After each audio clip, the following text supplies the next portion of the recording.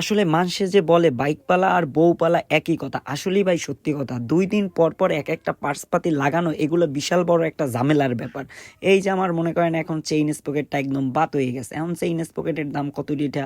যাই হোক, চাক্কা দুইটা যেহেতু খুলমু, নিজে নিজে কিছু মডিফিকেশনের কাজ করি, তাই চাক্কা দুইটা খুললে বাসায় যাইয়ে নিজে নিজে এল্লা ঘষে মাঝে সুন্দর করে পরিষ্কার করে লইছি। এরপর চাক্কা দুইটার চাইরো পাশে ট্যাপটা চাই দিতেছি, কারণ কি আমি এটা আমাকে দেখাইতেছি। এই যে তুহিন মামার সাপোর্টে আমি এই চাক্কা দুইটার সুন্দর করে মামায় আমার রং মারিয়ে দিতে আছে।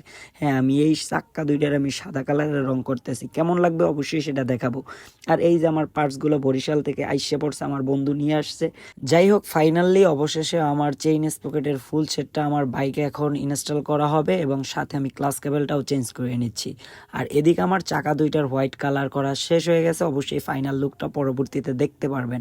যাই হোক, এখন আমরা সম্পূর্ণ কাজটা শেষ করি, তারপরে ফাইনাল লুক দেখাচ্ছি।